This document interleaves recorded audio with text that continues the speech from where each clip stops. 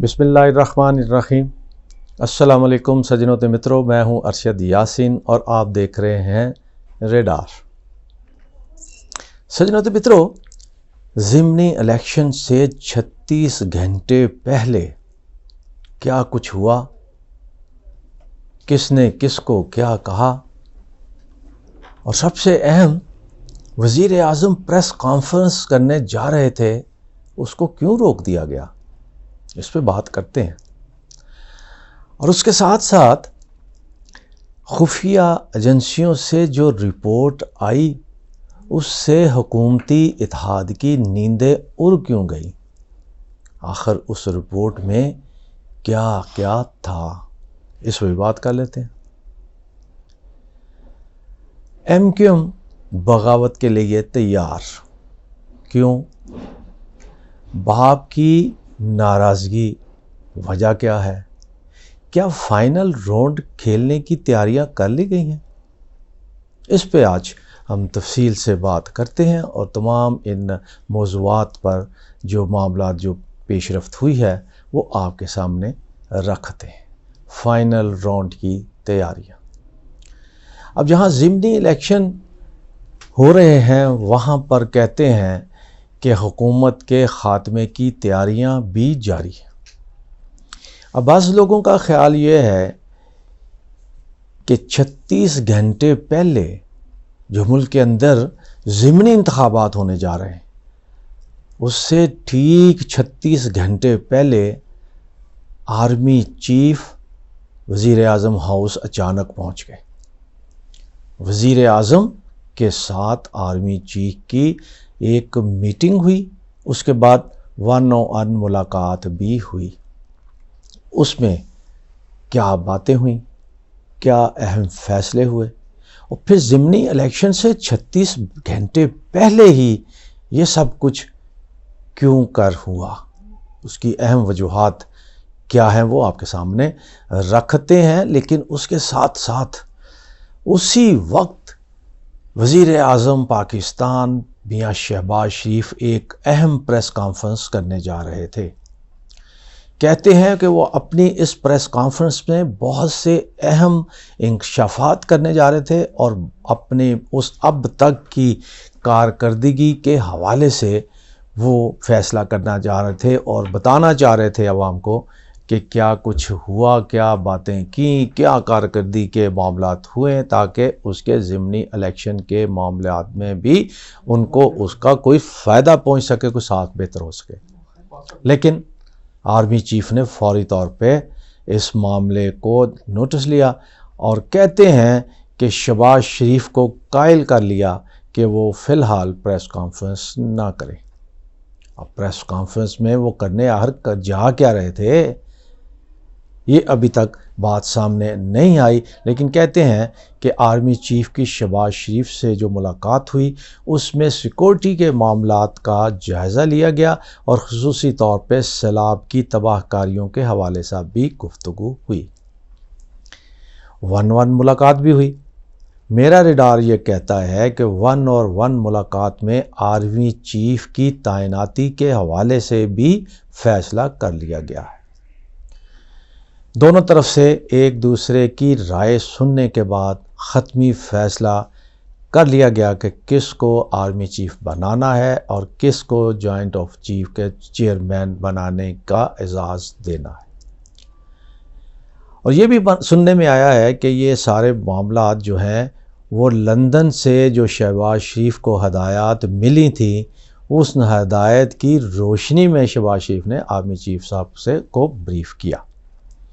اب کس کو بنایا جا رہا ہے، کس کو نہیں بنایا جا رہا، میں نے پہلے بھی ایک اپنے ویلاگ میں یہ کہا تھا کہ اگر قمر جاوید باجوہ کو ایکسٹینشن نہ دینے کا فیصلہ ہو چکا تو پھر حکومت ہچکچاہٹ کا شکار کیوں ہے؟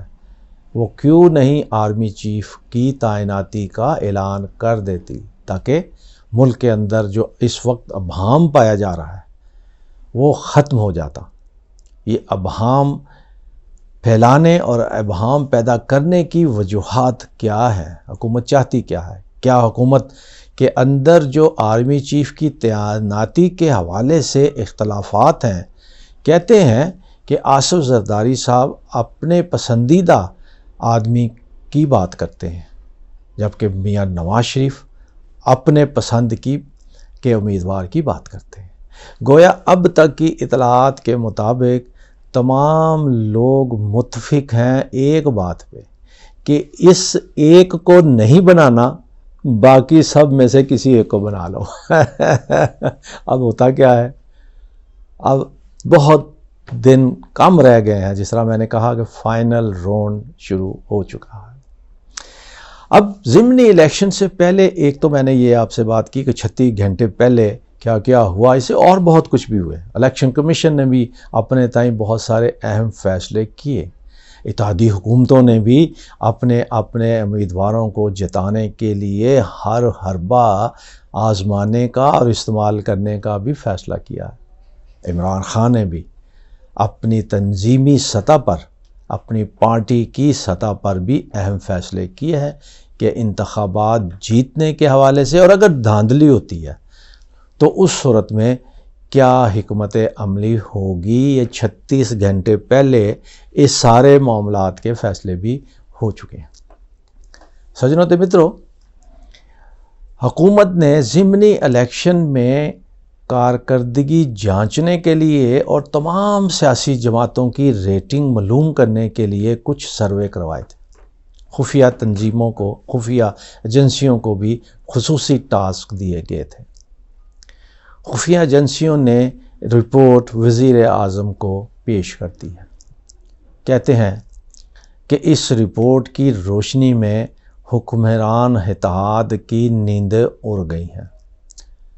تمام قائدین نے سر جوڑ کر بیٹھ گئے ہیں اور اس رپورٹ کے حوالے سے فیصلے شروع کر دیے۔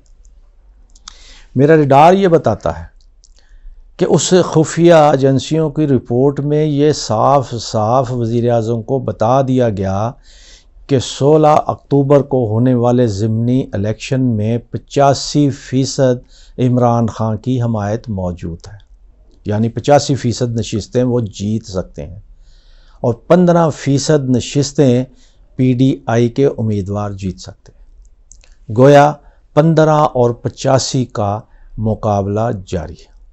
اب حکومت کے پاس کیونکہ وسائل بہت ہوتے ہیں، الیکشن کمیشن پہلے ہی متنازع ہے، اور یہ سارے معاملات اب کہتے ہیں کہ ایک فرضی بیلٹ پیپر بھی سامنے آ گیا ہے۔ وہ آپ نے مختلف سوشل میڈیا کے مختلف آپ نے کارنرز میں وہ دیکھا ہوگا، اور میں نے بھی دیکھا ہے وہ فرضی بیلٹ پیپر۔ بعض علاقوں میں 1-2 نمبری اس انداز سے کی گئی ہے کہ عمران خان کے نام سے ملتا جلتا کوئی نام کا امیدوار کھڑا کر دیا گیا، مثلا عمران خان نیازی، اور اس کے ساتھ ساتھ محمد عمران یا عمران احمد یا عمران کے ساتھ ساتھ ایک نام کے 1-2 امیدوار کھڑے کر دیے گئے ہیں، اور ان کے انتخابی نشان بھی بلے سے ملتے جلتے ہیں۔ اور ان فرضی بیلٹ پیپر میں جو اہم بات آپ کے سامنے رکھنا چاہتا ہوں سجنوں تے مترو، وہ یہ ہے کہ ان ناموں کا اگر 8 امیدوار ہیں تو ان تینوں ناموں کا اس طرح ترتیب بنائی گئی ہے کہ وہ یا عمران خان کے اوپر والے وہ حلقے میں ان کا نام، یا پھر نیچے والے حلقے کا نام، مطلب 1-2 یہ نہیں ہے کہ کوئی 1 پہ ہے، کوئی 7 پہ ہے، کوئی 6 میں ہے۔ اس ترتیب کے حوالے سے یہ فرضی بیلٹ پیپر بنایا گیا ہے۔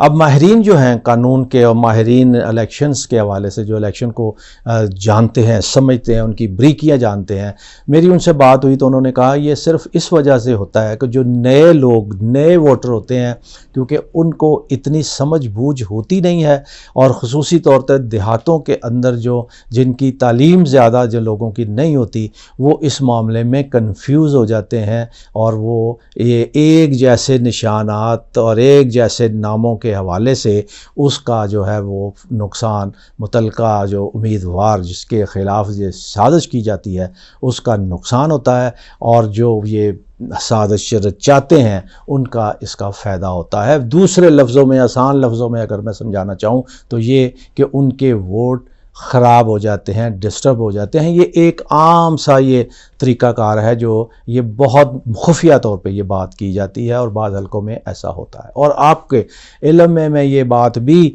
سجنوں تو متروں لاتا جاؤں کہ جو 16 کو انتخابات ہو جا رہے ہیں، وہ مقابلہ تو صرف عمران خان اور PDM کے متفقہ 14 جماعتوں کے متفقہ امیدوار کا ہی ہے۔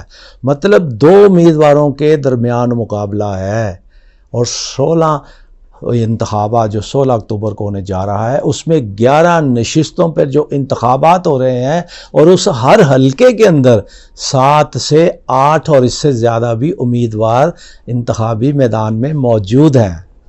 اب آپ کو سمجھ آ گئی کہ مقابلہ 2 کا، لیکن امیدوار زیادہ، اور پھر خفیہ بیلٹ پیپر۔ اس کے ساتھ ساتھ سجنوں تو متروں، اب MQM کو بھی آپ کا پتہ ہے کہ وہ بھی ناراض ہے، اور اس نے بھی بغاوت کی تیاری کر لی ہے، اور انہوں نے کل ایک اہم اجلاس اپنے سینیٹر، اپنی قومی اسمبلی کے امیدوار اور اہم رہنماؤں کے درمیان ایک اہم میٹنگ رکھی ہے، جس میں انہوں نے عندیہ دیا ہے کہ وہ پاکستان پیپلز پارٹی کی حکومت سے آخری حد تک کوشش کر چکی کہ معاملات درست رہیں، لیکن انہوں نے ان کو دیوار کے ساتھ لگائے رکھا، اور جو عدم اعتماد کے وقت وعدے کیے گئے تھے وہ پورے نہیں ہوئے۔ اس لیے ہم حتمی فیصلہ کرنے جا رہے ہیں۔ وہ حتمی فیصلہ کیا ہوتا ہے، کیا نہیں ہوتا۔ اسی طرح باپ بھی ناراض ہے، باپ بلوچستان کی ناراضگی ہے، وہ بھی ہے۔ اب میں جس طرح پہلے بھی کہتا رہا ہوں کہ یہ وہ پارٹیاں ہیں جو کسی کے اشارے پہ گئی تھیں۔ اب ممکن ہے کسی کا اشارہ مل گیا ہو، اگر نہیں ملا تو اشارے کے منتظر ہیں۔ یہ اشارے کی بنیاد پہ فیصلے ہوں گے، کس نے کدھر جانا ہے، کس نے کدھر نہیں جانا۔ بہرحال یہ سارے معاملے میں ضمنی الیکشن جو ہے یہ پاکستان کی سیاست کے مستقبل کا فیصلہ کرنے جا رہا ہے۔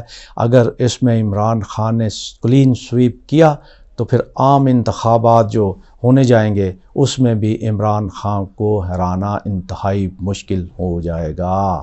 ناظرین، اپنا بہت خیال رکھیے گا۔ پاکستان زندہ باد۔